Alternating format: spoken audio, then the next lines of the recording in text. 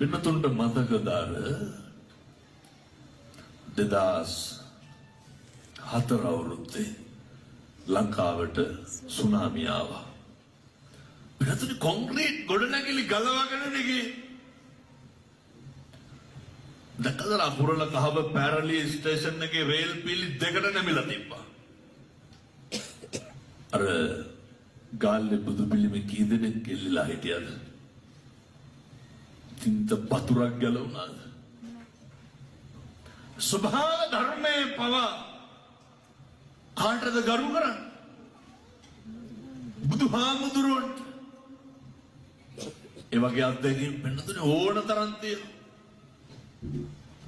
වෙනතුනේ මේ අපේ බුදුහාමුදුරුවෝ භාග්‍යවතුන් වහන්සේ දෑත දික් කරලා එක් කරලා වඳින්න පුළුවන් මේ අවස්ථාව ලැබිලා තියෙන වෙලාවේ මම යෝජනා කරනවා අර ශ්‍රද්ධා මාත්‍රයක්වත් උපදවා ගන්න.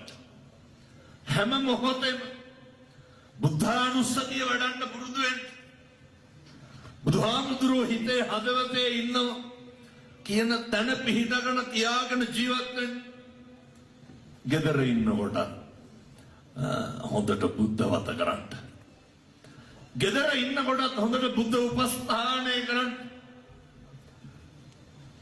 මේ හැම අවස්ථාවකදීම පුළුවන් ඉදම් මේ පුඤ්ඤ කම්මං ආසවක්ඛ්‍යාවහං හෝතු සබ්බ දුක්ඛා පමුච්ඡතු. සසර දුක් කෙලවර කරලා නිවන් දකින්න ප්‍රාර්ථනා කරන්න පුළුවන්. වෙනතුනේ කවුද දිවස්සත් වුන් අතරින් අග්‍රස්ථායක අනුරුද්ධ මහරහතන් වහන්සේ. වෙනතුනේ කල්ප 90කට කලින් උන්වහන්සේ මහා සංඝ රත්නය භාග්‍යවතුන් වහන්සේ දැක්ක බුදුරජාණන් වහන්සේ එක්තරා භික්ෂුන් වහන්සේ නමකට අර අගතනතුරු පිරිනමනවා. මේක දැකලා මේ අනුරුද්ධ හාමුදුරුවෝ ආත්මය තුල ප්‍රාර්ථනාවක් කරනවා කවදා හරි මට බුදුරජාණන් වහන්සේ නමක් ඉදිරියේ අගතනතුරු ලබන්න ඕනේ. ප්‍රාර්ථනා කර අපිට කොච්චර ප්‍රාර්ථනා කරන්න පුළුවන්ද? අපිට කොච්චර අධිෂ්ඨාන කරන්න පුළුවන්ද? එක තප්පරයක්වත් නැති කරන්න එපා. බෞද්ධ මහා සංඝ රත්නයේ බුදුරජාණන් වහන්සේ ප්‍රමුඛ දානට ලක්ෂයක් මහා සංඝ රත්නයට ආරාධනා කරලා එළ බුදුහාමුදුරුවන්ගෙන් අහනවා බුදුහාමුදුරුවනේ මං ඊයේ ප්‍රාර්ථනාවක් කරා ඉෂ්ට සිද්ධ වේද? උන්වහන්සේ නියත විවරණ දෙනවා. මෙතෙන් සිට කල්ප 90ක් ඉක්ම ගිය තැන මතු බුදුවන ගෞතම සම්බුද්ධ ශාසනය තුළ දිවස්සත්වුන් අතරින් අගතනතුරු ලබනවා කියනවා පිළිතුරේ. මේ ප්‍රාර්ථනා කරන්න අධිෂ්ඨාන කරන්න පෙරුම් පුරන් තවත් පුළුවන්.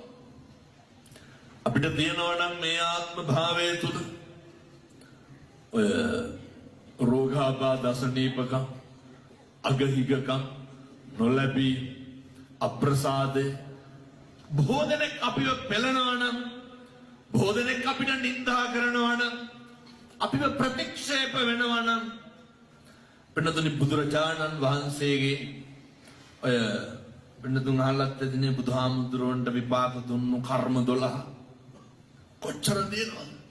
මේ චින්චමානවිකාව ඇවිල්ලා මහා රජවරු සිටවරු මැති ඇමතිවරු පිරිවරාගෙන බණ කී ඉන්නකොට ඇවිල්ලා බුදුහාමුදුරුවන්ට අපහාස කරන නින්දා කරන ඒකාත්මිකනේ පසේ බුදුරජාණන් වහන්සේ නමකට පින්නත මේ කාම භෝගියා කියලා බැනලා හරි පරිස්සම් වෙන්න භාසතිවා කරෝතිවා මනස මුල් වෙලා යමක් කියයි නම් හෝ කරයි නම් පින්නතුනේ ඒවා තමයි මේ සංසාරේ අපිට කවදා හරි විපාක දෙන්න බලපාන්නේ. දැන් මේ අම්මලා තාත්තලා මොකක්ද අධිෂ්ඨාන කරන්න ඕනේ? එක වචනයක් ඇති. දෙස් දෙවල් එහෙම තියන්නේ නැහැ හොඳේ කට්ටියට. පොල් එහෙම ගහලා තියෙනවද නැහැ? මං කියන උයන්න පිහින්ද නෙමෙයි. ඔය කියනවනේ අඹරියන් නේ. වැඩිපුරම සීනිගම මොනවාද කරන්නේ? ඔයනේ එක එක අනවින හූනියන්නේ